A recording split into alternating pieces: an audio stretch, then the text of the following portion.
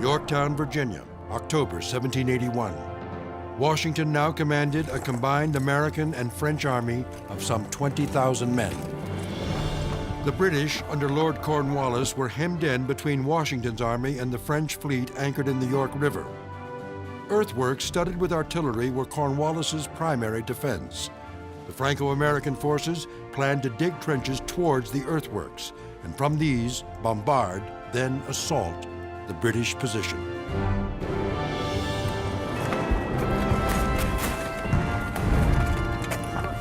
As the trenching began, General Washington himself braved British artillery fire to stand with his men in the dig line. Throughout the Revolution, Washington always led the way for his troops. And at Yorktown, it's the same thing.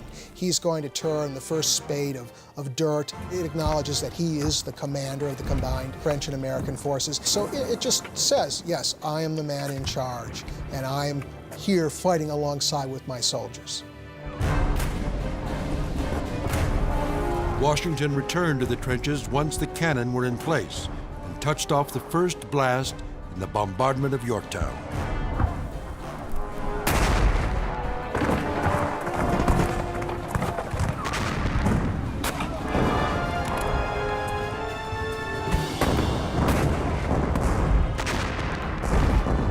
By the next day, Washington's forces were firing more than 50 cannon at the British fortifications.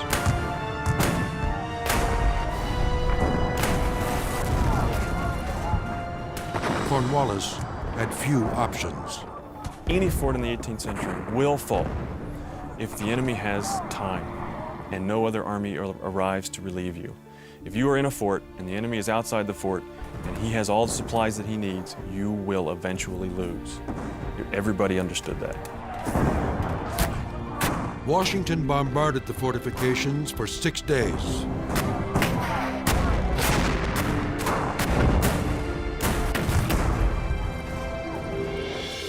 Then he went in for the kill. He ordered a night attack on the last remaining British forward positions, the final obstacles to taking Yorktown. The assault was a resounding success.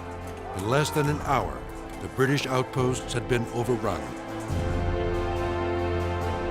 3 days later, a messenger emerged from the battered British entrenchments. Cornwallis wanted to talk. Washington never really reveals his deepest thoughts in writing, but we have to assume at this point he felt some deep sense of vindication. Vindication of everything that he had done throughout the war against all those who had questioned his ability as a commander of men. On October 19, 1781, Cornwallis surrendered.